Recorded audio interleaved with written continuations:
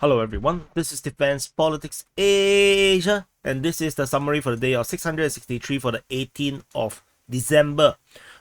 Breaking news. There is significant development over at Novomikhailivka, over at the Donetsk Front. Based on the latest mapping from Deep State UA, the pro-Ukrainian sources, they have confirmed that the Russian forces have captured at least this area here. So this southern part of Novomikhailivka has been captured, including all this. I'm not sure if this is farms or something, and including the cemetery. I think the cemetery will be quite useful. So they have been captured by the Russian forces, and the gray zone, according to the Ukrainians, goes all the way to almost half of the entire Novomikhailivka. This is a gray zone. So the Ukrainians could be also operating around this area here. So situation is getting really bad. The Russian forces is now currently,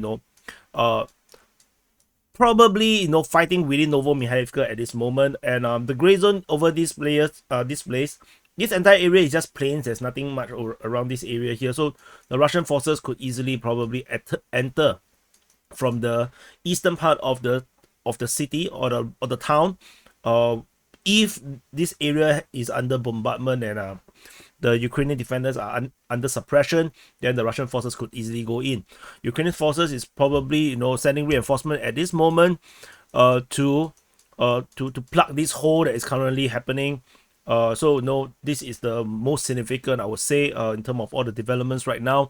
I have actually alluded to this possibility because of a geolocation.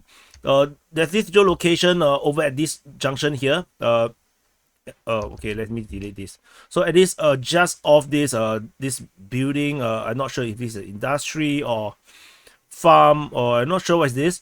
But there's off this place, there is this geolocation of Russian forces already at this position in an assault with tanks and armor. They were under Ukrainian bombardments, but given this was an assault, and it shows that the Russians probably would have attacked in all these different directions, and I was correct based on the latest update from Deep State UA's mapping. So yeah, that's good in the sense that I got it correct. So over the rest of the Donetsk Front, the Russian forces are also attacking towards Boyeda. This is reported by the Russian Defense Ministry. Ukrainian Defense Ministry reported, Russian Defense Ministry reported the Ukrainians counterattack over at Marinka region. We shall continue to see how this goes.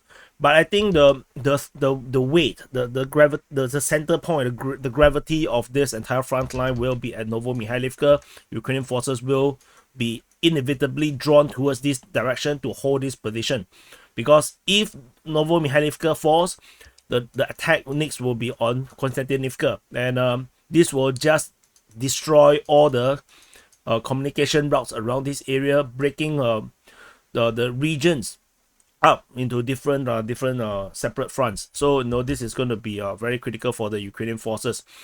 Based on the mapping in this area here, you can see that there's this overlapping mapping. The part that will be overlapped are the gray zones. For other front line, most of the non-active front line, the gray zone will be much smaller because it's less likely that there is a dispute as to where the front line is. Deep State UA did put this entire area here as a gray zone, but I got a feeling that this is actually still under Ukrainian control. So I did not change the mapping for this one yet. I only do the gray zone until this part.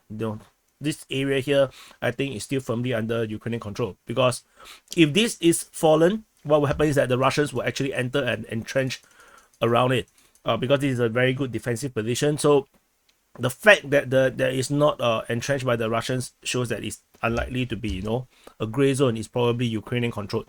So over out of the Donetsk Front, we go on into the Avdiivka Front, since we are just next door.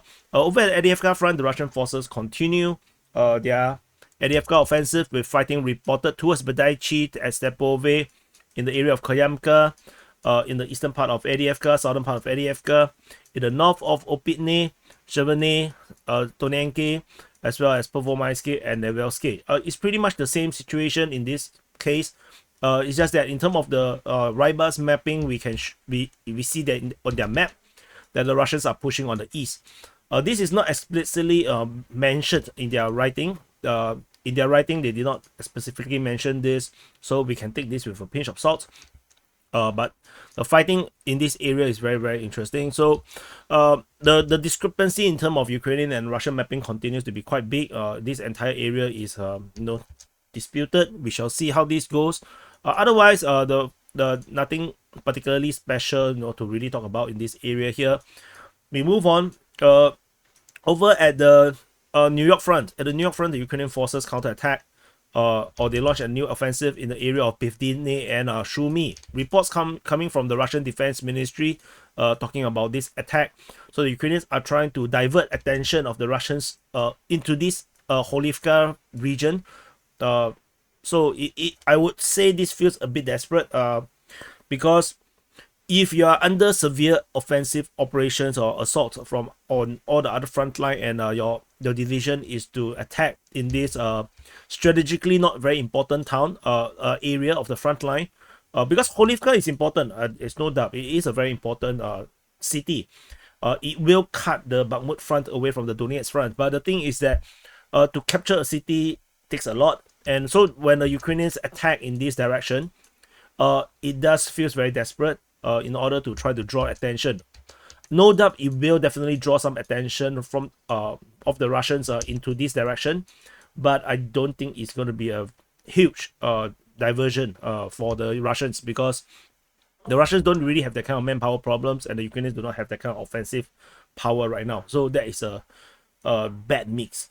Over the Bakhmut Front, this is Bakhmut city. At the Bakhmut Front, the Russian forces continue to make advances in this area here. I have also added the kind of gray zoning based on the Ukrainian and Russian mapping difference, particularly in terms of deep state UA's mapping. So the Russian forces is continue to attack in the Donetsk region along the highway. It seems like they are securing the fortification around this around the bends of the highway. There's fighting reported, expanding the control zone around the western part of Bakhmut city, fighting down the highway towards Ivanivsky. There's expansion in terms of the front line, with which I shall go in now. In terms of the geolocation, there is Russian forces geolocated right at the very western edge of this Dacha region. This is the Dacha region, and the Russian forces basically have made breakthroughs around this area here. So previously the fighting was around this area, so the Russians have actually move forward. This area we are still not so sure yet, but previously the front line was actually here. So this was geolocated. Then the front line is now being pushed forward. The Russians are definitely expanding their control zone, and they are very, very close to Ivanivsky. We are talking about like 1 kilometer. So 1 kilometer away from Ivanivsky, and we will see another big battle for another major settlement, like Novomikhailivka. Ivanivsky is the first line of defense for Chasiv and Stupoki. So we shall see how this goes. Things is not good, definitely. Geolocation by the military summary of Ukrainian forces over at Kreminna. So this one is a drone operation center, or the drone operators are operating over there. They got bombarded. So when we move towards the southern flank, we see the Russian forces also continuing their attack in the northern part of Klishchiivka, towards Klishchiivka as well as Andriivka. There is no Ukrainian counterattack being reported. Geolocation of the road shows that where the front line actually is. So the Russians are attacking down this way, probably going into the western part of Klishchiivka. So we change a different color, and this is going to create a flanking operation towards Klishchiivka, and this will basically end the Ukrainians' control over Klishchiivka, and they will be forced into some kind of major withdrawal. If this carry on, this push carry on, Klishchiivka will not be feasible to hold at all anymore, unless they want to get encircled. So this is currently happening. Over at Kupyansk, we also have fighting reported, with the Russians attacking around Kupyansk region. Ukrainians reportedly counterattack in this area. Detailed information we do not have. We shall continue to monitor and see how this goes. And then we move on down to the Kherson Front. Over at the Kherson Front, in case you're lost, this is Mykolaiv. So this is Kherson City, and Kherson Front along the Dnipro River. This is the Dnipro River. Geolocation of FPV drones attacking Ukrainian forces over at Sadove. shows that Russian forces is actually very, very near, because they are operating the FPV drones to that location. Front line is around 4 to 5 kilometers. So that is quite impressive for a drone to fly, for FPV drone to fly this far away. Maybe I do not know drones well enough, but that feels very far for a drone, FPV drone. And you're not talking about like some kind of high-tech drones. So Kherson region also get airstrike by the Russian forces over on opposite bank. This is probably where the Ukrainian forces is launching their boats to reinforce Krinky. So which is why they are getting targeted by the Russian Air Force. Geolocation of Ukrainian forces within Krinky continue to be attacked by the thermobaric rocket barrage. So Russian forces bombarding Krinky. Ukrainian forces continue to hold a position within Krinky. They still have not breakthrough. I think based on some information, probably COPE, they saying that this is just a probing attack. So this is a very expensive probe. We move on away from the Kherson Front. At the Zaporizhzhia Front, this is Zaporizhzhia city, this is Zaporizhzhia Front. At the Zaporizhzhia Front, there is no more fighting reported at Pyatikaki. That means this is actually just a raid, a one-off raid to draw Ukrainian forces into this area here.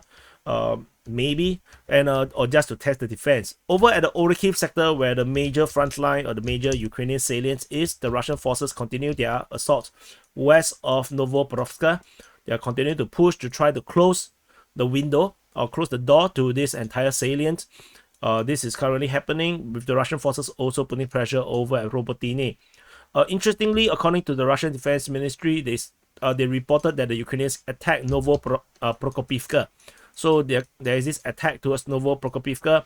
I doubt it's coming from Robotine, because there is this front line area. This area here was not captured by the Ukrainians, but we do know that the Ukrainians have this area here in the northeastern part of Novoprokopivka, which means that the Ukrainians probably attacked from this area here. So we shall see how this goes. It's not tactically unsound, because this will actually force the Russian forces to pull back to help to defend, but only unless the Russians have manpower problems. But the situation here is not good. Definitely it's not good. Holding a salient like this is actually a very bad idea. So let's see how this goes. Over at the Velika Novosilka sector, there is no fighting being reported here. We only have a geolocation just on the northwestern part of Staromayovsky. Geolocation by Kreminna Front, showing some shelling of the Ukrainian forces by the Russians at this area here. Which means that the Ukrainians actually have a position around this tree line. This actually changes the front line a bit. Previously, the front line was a bit more bullish for the Russian side. So this front line has been pushed back to reflect on this geolocation. So that's all from the Velika Novosilka sector. We have covered Donetsk, we covered Avdiivka, Niu-York, Bakhmut. We go into the Siversk Front. Over at the Siversk Front, this is Siversk city. The Russian forces attacked at Sprny as well as Rozdolivka. So reports coming from the Ukrainian Defense Ministry as well as Russian Defense Ministry, we shall continue to monitor. Ukrainians were reportedly attacking below Horivka around here. There's a possibility that it could also be this below Horivka. But because the lack of the lack of emphasis that is the Luhansk version, so it's probably this Donetsk one. So over around here. So this is in Donetsk, this is in Luhansk. So different Bilohorivkas. So we shall wait and see how this goes. We go into the Kreminna Front. This is Kreminna city. At the Kreminna Front, the Russian forces attack over in the eastern part of Terny and Serebryansky Forestry. Ukrainians counterattack at Terny, attack Dibrova and towards Kuzmine. So it's largely the same situation, but I want to highlight one interesting information coming from the Russian Defense Ministry. So in their Center Group of Forces report in today's in their later report, they claim that they attacked the 12th Azov Special Operation Brigade within the Serebryansky Forestry, and they claim they taken out up to 220 troops. That is actually a lot of troops that they are claiming to have taken out. All the other front line, they are claiming the similar things, but not as much. They are talking about like 180, something. But this is a lot. 220 sounds like a lot. So I I would say take it with a pinch of salt, but you know, it does highlight the intensity of the battle within the Siversk forestry region. So this is just something. Usually I don't add this into the notes, but I just want to highlight because the numbers look very big, and I want to. It might be a, you know, a signal of how big the battles are around this area here, where the Russians are making some major push. We can't see because it's the forest, but we shall see how this goes as we go along. But this kind of losses, if true, is unsustainable. Ukrainian side also claimed some very big numbers on the in terms of the kills on the Russian side. We shall see how this goes.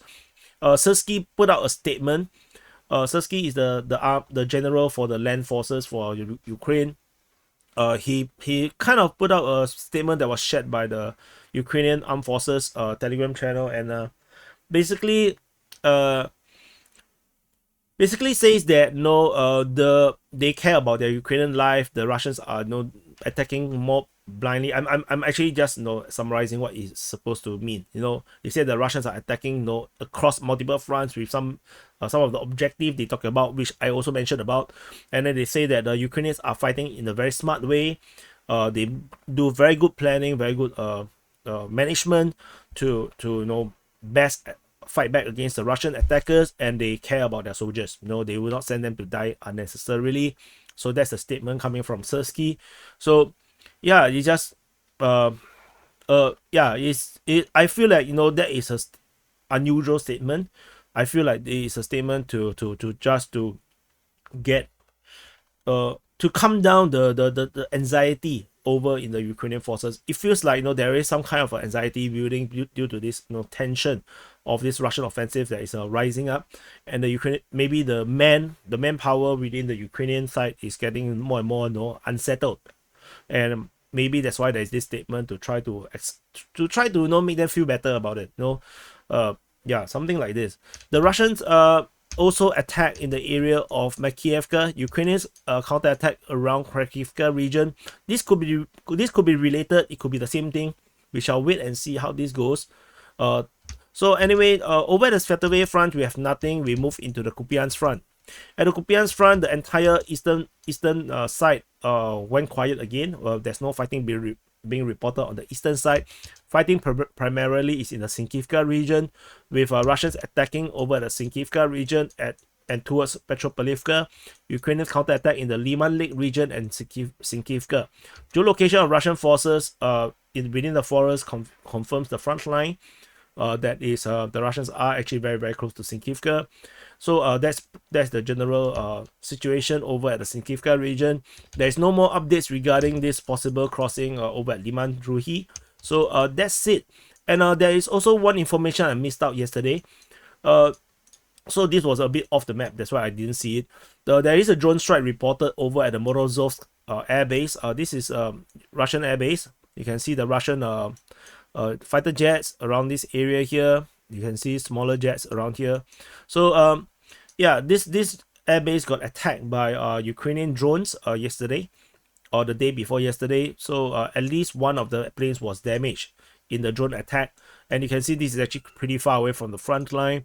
We are talking about like 200 to almost 300 kilometers away from the front line. So Ukrainians continue to have certain kind of capabilities to hit far away, but it's not going to be enough because yeah, it's just not enough. You need a lot more, like 10,000 more of such drones to attack, to able to cripple the Russian air force. So anyway, thank you for watching. Do press the like button, subscribe, and I'll see you guys in the next update.